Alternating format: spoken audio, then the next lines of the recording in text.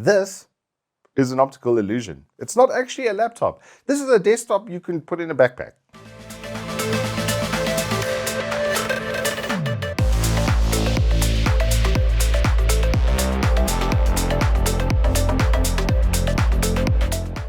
Good afternoon, welcome to Turbo Tortoise Tech. If you're new here, I'm Reese of the 4-piece variety or Wooks Triple XL, and next to me is the Titan. That's right, the 18-inch i7-14700 HX 4080 powered Titan. This is the baby one with those specs. That's right, this is the baby. Okay, it's got a SteelSeries keyboard with cherry switches. It's got a full glass touchpad, as you can see, with backlighting on it, so you know where the touchpad is, which is helpful because it's a whole glass pane.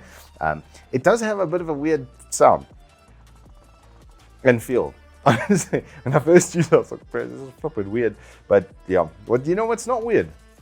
The 18-inch screen is an OLED, 120 Hz at 3240 by 2400 because it's 16 by 10 as well. It's an animal. Okay, this is 4 DIMM slots for DDR5 on here. It's then got 3 NVMe slots as well, which you can RAID together if you really wanted to.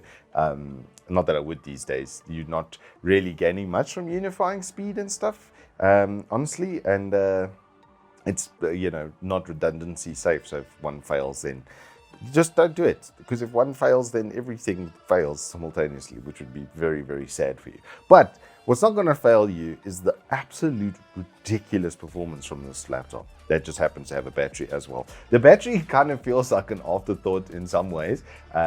You'll see with the battery life tests, it doesn't go extremely far with these kinds of components, even if you hard disable the GPU, which you can do because it also has a mux switch. It's really, this is just sort of like, let's go with every slider and absolutely max it and see what comes out, is basically the TLDR for these. I did manage to use the Raider 18X, which has the 14900 HX, and the 4090, which is just this with even less compromises in spec as well. But these 18-inch notebooks from MSI, they've been around for quite a long time.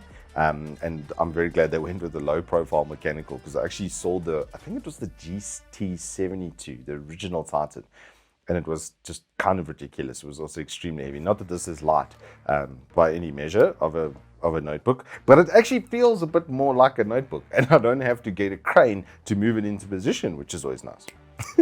Anywho, let's start off from the top. So there's obviously a webcam. It's got a little privacy thingy over there, which is kind of cool. So you can close it, hard close it, which is a bit of a plus. There's a couple sensors around it as well for the brightness, auto brightness sort of functions, and then 2 pinhole microphones on either side.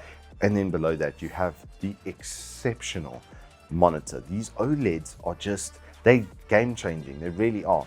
My one friend said, once you got OLED, you can't go back, and it's very true. IPS is good, but OLED is so much better because it gets like all of the contrast advantages of VA, but with all the speed of IPS. It really is the best of both worlds. This one is at 120 Hertz, and it's not too easy to get there with AAA games, but esports games and stuff, more than fine. You'll get like 150 FPS from the sucker, even at full resolution, because it's an animal. Then below that, you have that SteelSeries cherry combination keyboard, which is fully backlit. It does look exceptional in that with the backlighting and stuff, and it's fully controllable from the SteelSeries engine, so you get all of those functions as well. You can do full macro sets and stuff on it. It's basically a full SteelSeries programmable keyboard, the same way like an Apex 5 or an Apex 7 would be. It's exactly the same kind of function and feature set. Then below that, you obviously have that brilliant touchpad. At first, I was like, bro, this feels flippin' weird, and my brain wasn't computing what was going on. But as I used it over the last week, it started to kind of get a bit more normalized. And the glass is a very, very nice feeling surface to work with. So that's cool. I didn't like the clicks too much, but it's just a little bit of personal preference, I think, with that. It's still really, really good. Functionally, no problems over there. Then we've got to look at the ports. So on the left-hand side, you've got an SD card reader. And that kind of gives it this double life that I really like, where you can use it obviously as a photographer or a videographer or something to that effect. Then you've got 2 USB Type A's and a Kensington lock at the back on this side. And then on the other side, you've got 2 USB Type C's, both of them Thunderbolt. One of them can be used for charging. Then you've got your Type A input there as well, and then a headphone jack. Around the back, you only find 3 ports, and I really wish one of the Thunderbolts was at the back over here. It's like my only real note for the whole machine is it would be nice if one of those Thunderbolts was at the back just for docks, just so that I can kind of have it seamless without something coming out the side. Would be nice. But there's an HDMI, an RJ45, and then the power input, the main power input for the 400 watt adapter. That's right, 400 watt. It's got a PC-like level power supply to power this thing. It's kind of crazy. Around the bottom, you're going to see all of the venting that they've put in over there to make sure that obviously the thing cools properly, because you're putting the biggest boy components that you can possibly put into a notebook, and it's really nicely finished as well. Magnesium alloy for the chassis as well, with the back plate like that, and then on the back you've got that beautiful MSI Dragon logo, just so I know what they're dealing with over here, because this thing is literally the beast. So then for performance testing, this is running 4 DIMMs of 16 gig, 4000 mega transfers. The newer models, this is an engineering sample, so newer models will probably come out with 4800, I would assume. Then this is with the 14700 HX. It's got the 4080 12 gig teamed with that, and then 3 absolute mad lad Samsung NVMe's, 3 1TB NVMe's as well, which as you'll see when we get there, they don't slow down even when over half full. It's one thing with Samsung, their controllers and their memory products are just untouchable in a lot of facets. And yeah, the performance from this thing is just absolutely ludicrous. Starting off with Crysis at 4K, you're going to get a casual 70 FPS. It should be pretty, I would say, playable at that. I mean, that's at very high in 4K. If you look at the CS, we did it with the kind of esports settings, as it were, the recommended ones as you launch the game, and you got 150 average frame rate, so you're not going to be worried about kind of any esports titles at this res. Then for Cyberpunk, we got 62 frames per second with very few drawbacks to that. We just got DLSS on balanced, so we didn't have to tweak it much to get it to 60 FPS, which is a big plus with that. And then similarly with F1 23, we got 65 FPS, low there of 49, so very stable performance as well with that kind of title. RDR2, same thing again. We even got 61 FPS with absolutely every single slider maxed out over there. The minimum I can attribute to a bit of loading time. It really didn't stay there for long. And then you see that exact same thing in Metro. In Metro, Exodus is still a PC breaker, and that came through at 57 FPS with a min of 41. But if you look at that graph, which I'll have on screen for you now, you'll see how stable it was. A lot of them, the graphs at least that I see from Metro, they look really fuzzy, like really fuzzy throughout the benchmark run. They get quite a lot of variance as it's doing its frame rate. This thing was super solid and straightforward with that.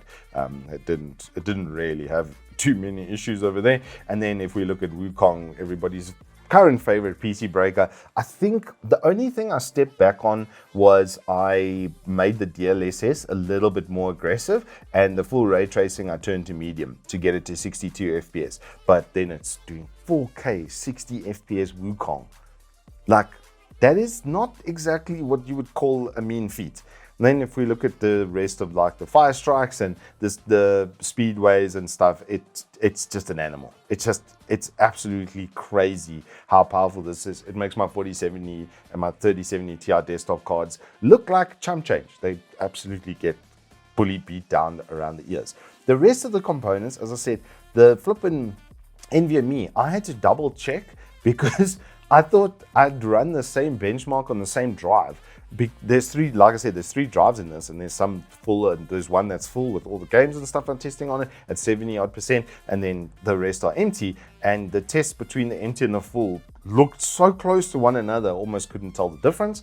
If we look at Cinebench for the CPU, we're getting 27,000 on the multi-threading performance. That's like 5900X, actually, no, 5950X. Actually, it would be even a little bit faster than that would come through. So It's basically a 16-core desktop card from like 3 years ago, a desktop CPU at least. And then for the single core, I mean, what's that, 2000s? It's like, and this is, like I said, the baby spec. This is the smaller of of the options that you can get in the chassis. Then for the battery test, I did 2 because I wasn't really satisfied with the first result. It did 4 hours, just on like 4 hours, say 15 minutes was the first result. And then the second one, I detuned the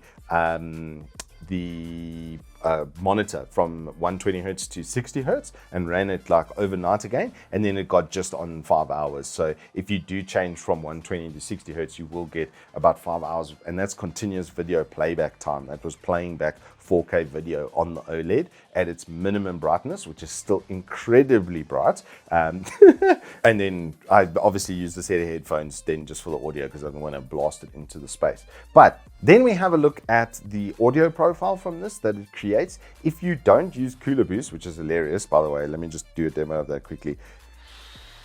It's 2 buttons, and then yeah, it's a fun button because yeah, you can just super boost. You don't need to use that. The way that I set this up so that I could get those performance results is I use the mux switch to make sure that the dedicated GPU, the 4080, was always in use, and then obviously on the extreme performance mode. And from that, you got I would say a pleasant hum, especially on the gaming benchmarks. When it engages the CPU, things do get a little bit more rowdy, and you're going to see 55, 56 decibels. The CPU is the heat creator over here. The GPU, really not so much. So if that's your intent to use it mostly for gaming and stuff, you'll have a pleasant hum sort of in the background to get those performance results. And if you connect a set of headphones, especially with like a bit of noise cancelling or just some good isolation, you're not going to hear it. You're just not going to hear the notebook. If you engage Cooler Boost though, 60 odd decibels, it's flipping loud, this thing.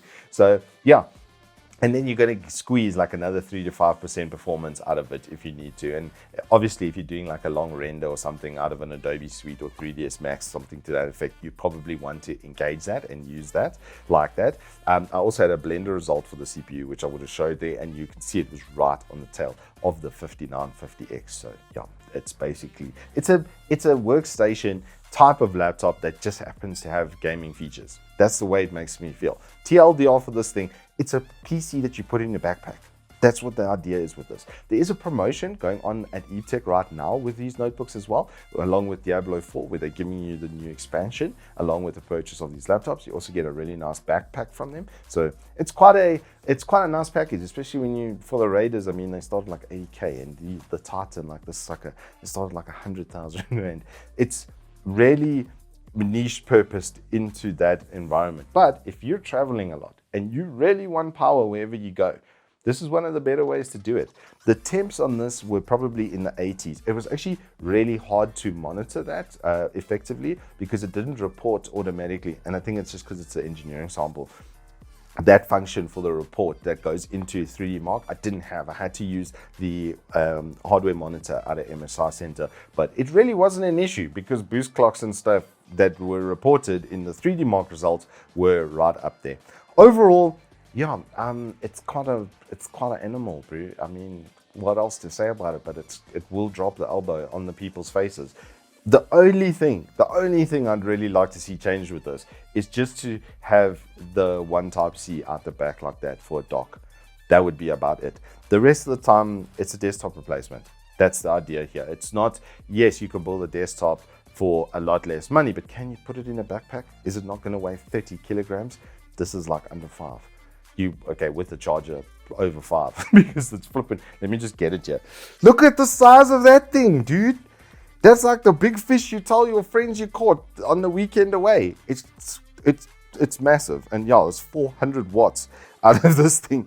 It's quite a lot. It runs at 20 volts, 20 amps. So yes, it's actually quite impressive that it's that size and it pulls 400 watt. Anywho, that's the MSI Titan. The Raider is also there for you if you just want a desktop replacement.